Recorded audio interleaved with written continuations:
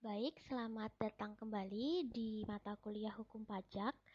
Sebelum masuk ke materi KUP, Ketentuan Umum Perpajakan bagian 1, part 1, saya mau menyampaikan dulu bahwa materi dari saya untuk sampai UTS itu sudah selesai ya, bahkan sampai setelah UTS itu sudah sampai kebijakan fiskal, sampai teks amnesti sudah saya berikan semua. Namun saya ketika mendapat amanat pengajar hukum pajak itu sudah bertekad bahwa saya harus memberikan materi yang sebelumnya tidak ada di RPS, yaitu mengenai KUP, karena dulu saya waktu S1 itu dapat di mata kuliah hukum pajak, jadi saya ingin teman-teman, adik-adik, rekan-rekan semua juga dapat materi KUP. Ya, karena materi KUP cukup panjang, jadi memang saya kebut di awal, jadi kita punya sisa banyak untuk membahas KUP. Ini saya bagi ke dalam mungkin sekitar 7 atau 8 kali ya. Kemudian saya akan ingatkan sedikit, jadi materi selain ya, selain KUP ini, kemudian eh, hak dan kewajiban wajib pajak dan teks amnesti, selain itu masuk materi UTS. Ya, kalian bisa cek di Sunan, sudah saya upload RPS-nya. Jadi materi di pertemuan 10 sampai 15 itu kan setelah UTS ya. Jadi nanti itu kalian belajar lagi untuk setelah setelah UTS, boleh dilihat lagi nanti ditonton lagi PowerPoint-nya. Kemudian yang KUP ini sebenarnya tidak cukup di satu pertemuan, makanya ini saya bagi ke dalam 7 sampai 8 itu ya.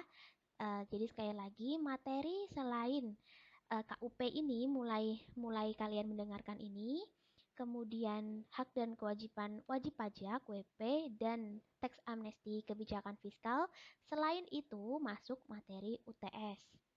Oke, kemudian kita mulai hari ini sampai pertemuan selanjutnya, sampai selesai malah, sampai nanti menjelang UAS, itu kita akan bahas KUP ya, Ketentuan Umum Perpajakan.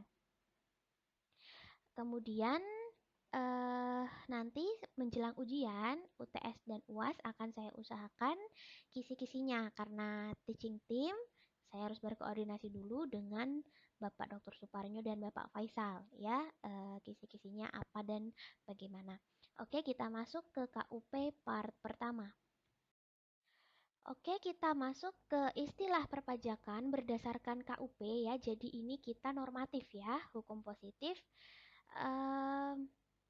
Undang-undangnya nomor berapa kita bisa lihat nanti di slide setelah ini, tapi akan saya bacakan dulu istilah perpajakan yang sering digunakan dan berdasarkan KUP.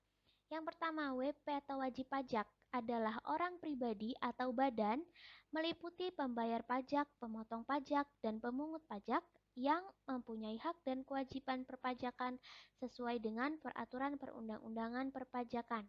Yang kedua, badan adalah sekumpulan orang dan atau modal yang merupakan kesatuan, baik yang merupakan usaha maupun yang tidak melakukan usaha, yang meliputi perseroan terbatas, perseroan komanditer, perseroan lainnya, badan usaha milik negara, badan usaha milik daerah, dengan nama dan dalam bentuk apapun, firma, kongsi, koperasi, dana pensiun, persekutuan, perkumpulan, yayasan, organisasi massa, organisasi sosial politik, atau organisasi lainnya, lembaga dan bentuk badan lainnya, termasuk kontrak investasi kolektif dan bentuk usaha tetap. Ini pengertian menurut undang-undang ya, jadi take it for granted, memang seperti itu. Kemudian yang ketiga, pengusaha adalah orang pribadi atau badan dalam bentuk apapun yang dalam kegiatan usaha atau pekerjaannya menghasilkan barang, mengimpor barang, mengekspor barang, melakukan usaha perdagangan, memanfaatkan barang tidak berwujud dari luar daerah pabean, melakukan usaha jasa atau memanfaatkan jasa dari luar daerah pabean. Selanjutnya, pengusaha kena pajak adalah pengusaha yang melakukan penyerahan barang kena pajak dan atau penyerahan jasa kena pajak yang dikenai pajak berdasarkan Undang-Undang Pajak Pertambahan Nilai tahun 1984 dan perubahannya. Selanjutnya, nomor pokok wajib pajak (NPWP) adalah nomor yang diberikan kepada wajib pajak sebagai sarana dalam administrasi perpajakan yang dipergunakan sebagai tanda pengenal diri atau identitas wajib pajak dalam melaksanakan hak dan kewajiban perpajakannya. Masa pajak adalah jangka waktu yang menjadi dasar bagi wajib pajak untuk menghitung, menyetor, dan melaporkan pajak yang terutang dalam suatu jangka waktu tertentu sebagaimana ditentukan dalam undang-undang ini. Tahun pajak adalah jangka waktu 1 tahun kalender kecuali bila wajib pajak menggunakan tahun buku yang tidak sama dengan tahun kalender. Bagian tahun wajib pajak adalah bagian dari jangka waktu 1 tahun pajak.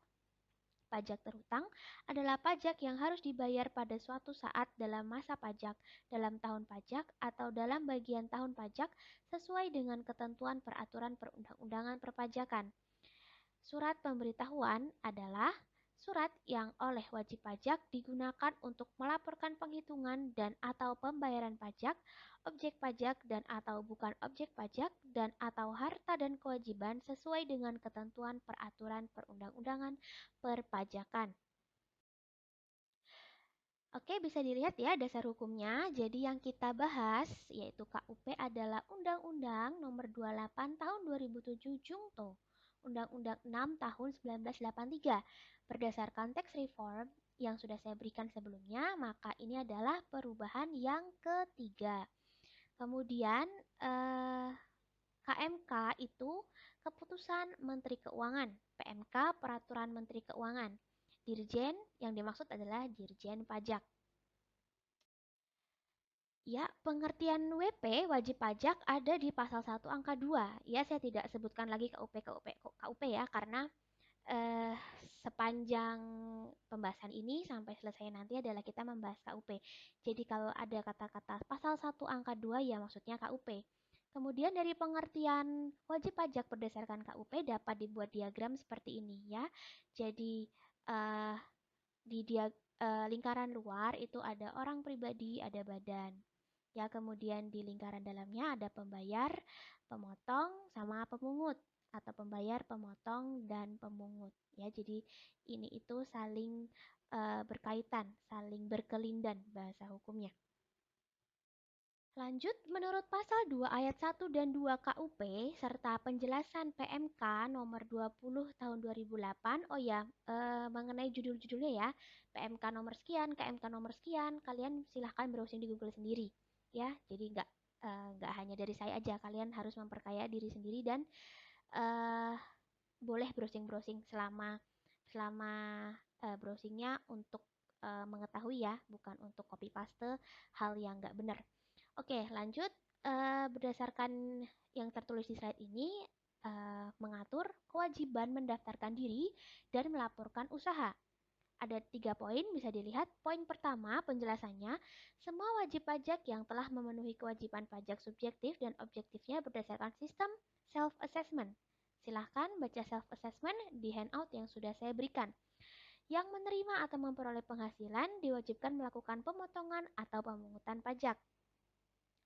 Kemudian, maaf, yang menerima atau memperoleh penghasilan dan yang diwajibkan melakukan pemotongan dan pemungutan pajak. Maaf, dannya terpotong.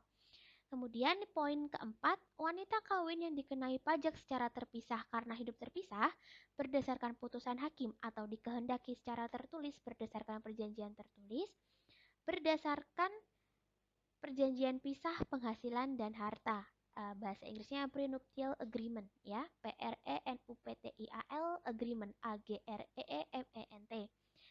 Kemudian poin selanjutnya, wanita kawin yang ingin melaksanakan hak dan kewajiban perpajakannya terpisah dari suami. Selanjutnya, setiap wajib pajak hanya diberikan 1 NPWP. Yang terakhir, wajib mencantumkan dalam setiap dokumen perpajakan. Nomor 2, penjelasannya, pengusaha yang dikenakan pajak berdasarkan Undang-Undang PPN atau PPNBM barang mewah ya, wajib melaporkan usahanya untuk mengukuhkan diri menjadi PKP. PKP pengertiannya bisa dilihat tadi yang di slide kedua sudah saya bacakan. Sanksi perpajakan, ini juga sudah ada ya di materi sebelumnya. Wajib pajak yang tidak mendaftarkan diri atau melaporkan usahanya akan dikenakan sanksi menurut peraturan perundang-undangan yang berlaku.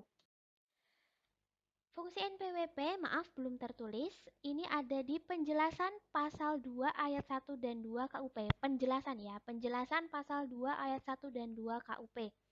Apa fungsi NPWP? Suatu sarana. Sarana apa? Tanda pengenal diri atau identitas wajib pajak. Untuk apa aja melaksanakan hak dan kewajiban perpajakan? Yang pertama. Yang kedua, ketertiban pembayaran pajak dan pengawasan administrasi perpajakan. Juga untuk mendapatkan pelayanan dari instansi tertentu. Nih misalnya, pinjaman di atas 50 juta itu wajib menyertakan NPWP. Terus ini segala kegiatan keuangan pejabat negara itu juga harus melibatkan NPWP. Kemudian contohnya lagi ada pembebasan fiskal luar negeri ini kaitannya dengan pajak internasional ya. Belum porsi kalian, saya juga tidak terlalu expert di sini, jadi cuma biar tahu aja. Jadi pembebasan fiskal luar negeri, pajak internasional itu juga pakai NPWP. Oke, untuk penutup part 1 pada kali ini adalah trivia. Trivia itu kayak gini, misalkan kalian nonton film, nah behind the scene-nya tuh trivia. Jadi kalian nanti kalau atau mungkin sudah ada yang punya NPWP atau nanti akan punya NPWP atau kalian boleh pinjem siapa yang punya NPWP itu ada nomor NPWP atau kode NPWP ya. Itu ada 5 pembagian. Trivianya adalah dibagi menjadi 2, 6, 1, 3, dan 3. Bisa dilihat ya di slide pembagiannya bagaimana. Kelompok WP itu ada nomor 01 sampai 03 wajib pajak badan, 04 dan 06 adalah wajib pajak pengusaha, 05 adalah wajib pajak karyawan, serta 07 sampai 09 adalah wajib pajak orang pribadi. Kemudian 6 digit itu nomor pokok ya, jadi satu Indonesia itu beda semua nomornya. Kode pengecekan itu khusus kode buat kantor pajak ya untuk mengecek. KPP itu KPP menurut domisili. Seperti saya domisili Semarang, saya KPP-nya Semarang Candisari. Kemudian cabang, ini cabang keberapa di kota domisili saya. Misalnya di Semarang itu cabang ketiga atau cabang kedua, atau di Kudus cabang kedua, cabang ketiga, seperti itu. Oke, materi kali ini selesai. Kita pelan-pelan aja. Yang penting tercover semua. Jangan lupa untuk absen. Sudah saya perpanjang ya selama bulan puasa menjalankan ibadah. Saya perpanjang absennya dari pukul 8 pagi sampai pukul 8 malam. Maka saya harap semua bisa absen, nggak ada alasan-alasan lagi. Dan misalkan terjadi kendala kan juga masih panjang waktu untuk mencobanya. Uh, dari saya cukup sekian.